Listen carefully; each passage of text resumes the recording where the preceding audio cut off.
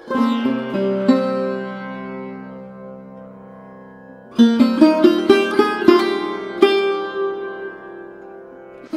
বন্ধুরা, কেমন আছো তোমরা সবাই? সুপর্ণা মাল্টি ব্লগে তোমাদের সবাইকে স্বাগত জানাই। সকাল সকাল চলে এসেছি আমার একটি শখের কাজ করতে। তোমরা তো সবাই জানোই যে আমার গাছ লাগানো কতটা ভালো লাগে। আর সেদিন যে আমি কুলেখাড়া গাছগুলো রেখেছিলাম না খাওয়ার জন্য, সেগুলোই কিন্তু আমি রেখে দিয়েছিলাম এই জলে। আর এখন দেখো কি সুন্দর শেকড় ছেড়েছে। আমি কিন্তু প্রতিদিনই জল পাল্টে দিতাম। এই 3-4 দিনের মধ্যেই কিন্তু এত সুন্দর শেকড় ছেড়েছে, আর তার মধ্যে কিন্তু নতুন পাতাও গজিয়েছে। আমি কিন্তু এর অনেক পাতাই খেয়ে ফেলেছি। তোমরা তো দেখেইছো, অনেক পাতা ফেলেও দিয়েছি যেগুলো পাকা ছিল। আর এখন যে পাতাগুলো দেখছো, এগুলো কিন্তু সব নতুন গজিয়েছে। তার মানে এই শেকড় আর পাতা দুটোই কিন্তু এই 3-4 দিনের মধ্যেই গজিয়ে গেছে। কুলেখাড়া গাছ কিন্তু খুব তাড়াতাড়ি বাড়ে। আজকে ভাবলাম আমি এই গাছগুলোকে মাটিতে পুঁতে দিই। মাটিতে রাখলে পরে আরও বেশি ভালো করে হবে, তাহলে আমাকে আর কিনে খেতে হবে না। আর আমি তো গাছ লাগাতে ভীষণ ভালোবাসি, তোমরা তো সবাই জানো। কিন্তু যেহেতু ভাড়া বাড়িতে থাকি, তাই তেমন একটা গাছ লাগাতে পারি না। আর কাকিমা আসার পর থেকে তো আরও গাছ লাগাতে পারি না, কারণ কাকিমার গাছেই দেখো ঘরবাড়ি সব ছেয়ে গেছে। তো খুব তাড়াতাড়ি এগুলো পরিষ্কার করা হবে, সামনে তো পুজো চলে এসেছে। তো তার মধ্যেও কিন্তু আমি এই গাছগুলো লাগিয়ে দিচ্ছি। জানি না এগুলো থাকবে কি না, কারণ যখন পরিষ্কার করবে বাড়ি তখন আবার গাছগুলো তো তুলেও ফেলতে পারে। তো মনে হয় না যে এগুলো গাছ তুলবে, কারণ যেহেতু এগুলো দরকারি। আর এই যে দেখছো ধনেপাতা, এই বিলেতি ধনেপাতাগুলো কিন্তু আমি শ্বশুরবাড়ি থেকে এনে লাগিয়েছি। 2টো গাছ লাগিয়েছিলাম, এখন কিন্তু অনেক গাছ হয়ে গেছে। তো সেটাই তোমাদের দেখাচ্ছিলাম। তো হয়ে গেল আমার গাছ লাগানো।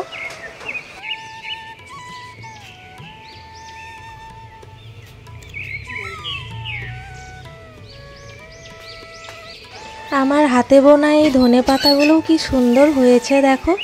অনেক দিনই তুলে কিন্তু খেয়েছি।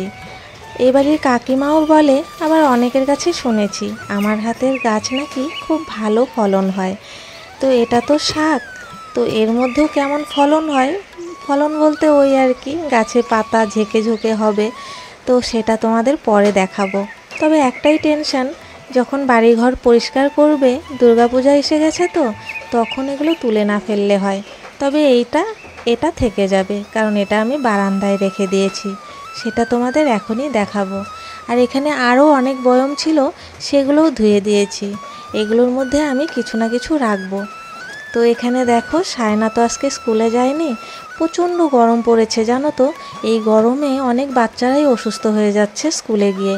আর তার মধ্যে এই গরমে ওদের আবার নিয়ম করেছে কেস আর মোজা পরে যেতে হবে। তাই ওর ম্যামও বলেছে স্কুল পাঠাতে না। তাই আজকে স্কুল যেতে বারণ করেছি। দেখো ফ্যান দিয়ে খেলতে বসেছে।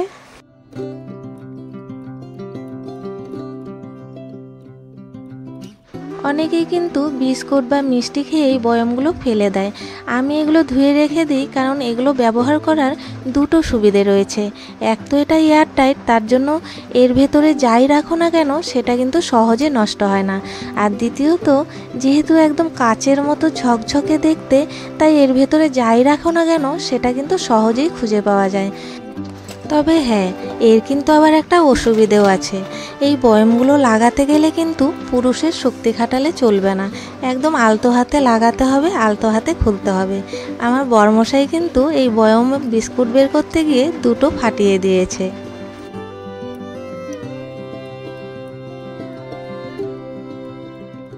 বাসি কাজ, ধোয়াধুয়ি কাজ আর গাছ লাগানো সব কাজই শেষ হয়ে গেছে। এখন আমিও স্নান করে চলে এসেছি রান্না বসাতে। আর এদিকে সায়নাও স্নান করে এসেছে, তাই ওকে বললাম একটু শাকগুলো বেছে দে। তোমরা তো জানোই প্রতিদিন আমার বাড়িতে শাক হয়, যেহেতু শাকটা খেলে আমি সুস্থ থাকি।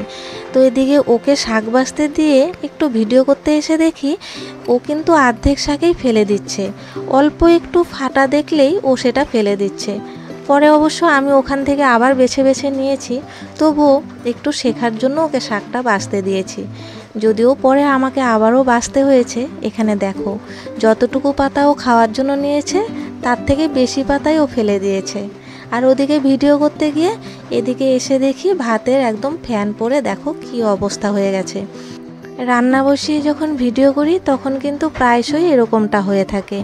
ভাত বা চা যাই বসাই না কেন সেগুলো একদম উতলে পড়ে এই অবস্থা হয়ে যায় গ্যাসের। আর তারপরেও কিন্তু অন্য সব কিছু রান্না করতে গেলে অনেক সময় পুড়ে যায়, কড়াই পুড়ে যায় বা সেই তরকারিটাই অনেক সময় শুকিয়ে যায়। তো এর জন্য কিন্তু ভিডিও করাটা একটু কষ্টকর হয়ে যায়, কিন্তু কী আর করা যাবে। তার জন্য আমি রান্নার ভিডিও একটু কম করি, তবুও মাঝে মাঝে একটু রান্নার ভিডিও না দিলে ভালো লাগে না। আর একটা কথা তোমাদের বলতে চাই, সায়না তো কিছুদিন থেকে আমার এখানে আছে, তাই ওকে না অল্প স্বল্প কাজ শেখাচ্ছি। আর ও তো এখন বড় হচ্ছে, ওরও দেখছি কাজে ভীষণ মন। এখন থেকে একটু একটু কাজ করলে বড় হলে কিন্তু অসুবিধা হবে না।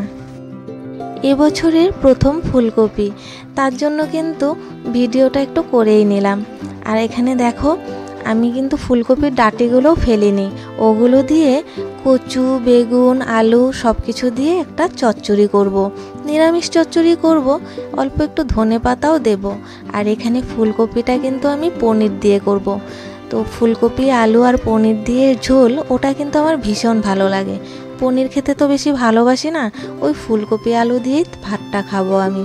অনেকের ভিডিওতেই দেখছি ফুলকপি রান্না, আর আমার তো ফুলকপি ভীষণ প্রিয়।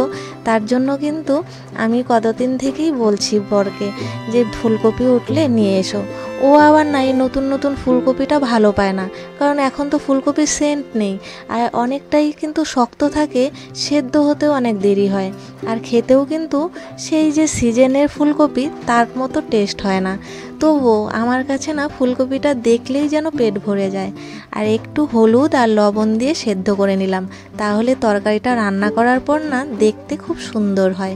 আর যদি হলুদ লবণ ছাড়া একটু সেদ্ধ করে নিই তাহলে কিন্তু রান্নার পর এতটাও সুন্দর হয় না দেখতে।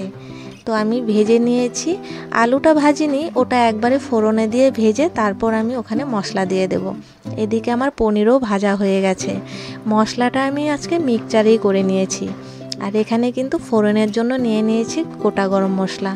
তো এই দেখো আমার এখানে জিরে, ধনে, আদা, লঙ্কা আর টমেটো পেস্ট করে নিয়েছি। তো আমার দেখো তরকারিটাও রান্না হয়ে গেছে। তো ফাইনাল লুকটাই দেখিয়ে দিলাম, পুরো রান্নাটা দেখাইনি। ওই যে বললাম রান্নার সময় ভিডিও করলে না রান্নাটা খারাপ হয়ে যায়, আর বড়মশাই এসে ভীষণ রাগারাগি করে, তাই তোমাদের একটু শুধু রেসিপিটাই দেখিয়ে দিলাম। তো চলো এখন আমরা খাওয়া দাওয়া শুরু করে দেব। যেহেতু আজকে ফুলকপি রান্না হয়েছে তাই খিদেটাও যেন খুব তাড়াতাড়ি পেয়ে যাচ্ছে। তো চলো তাড়াতাড়ি খাওয়াটা সেরে নিই।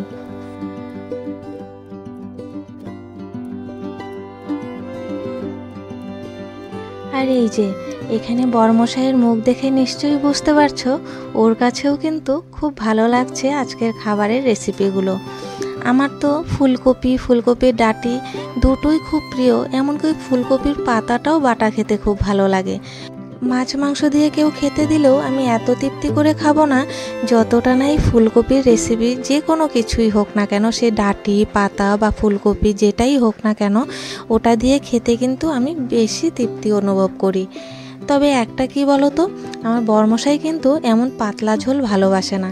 তো পাতলা বলতে একেবারে পাতলা হয়নি এমন, কিন্তু ভোগ বাড়িতে রান্না করে, কিন্তু ও কেমন ভালোবাসে বলো তো, ওই যেরকম হয় না চিকেন কষা বা মটন কষা, তো ওরকমই মশলাটা যেন একদম গা মাখা হয়, তো এমন তরকারি ও ভালোবাসে। তবুও শরীর স্বাস্থ্যের জন্য এখন এইভাবেই রান্না করতে হয়। এদিকে সারাদিন নিরামিষ খাওয়ার পর এখন দেখো সায়না চলে যাচ্ছে ওর বান্ধবী তানিশার জন্মদিনে। আর এই যে ওর সেই জন্মদিনের গিফট, তো এই গিফটটা এতটাই পছন্দ হয়েছে যে সায়নার মনে হচ্ছিল ওর জন্য একটা নিলে ভালো হতো। ওকেও তো অনেকগুলো ব্যাগ কিনে দিয়েছি, তবে ওর বান্ধবীর ব্যাগটা বেশি ভালো ছিল।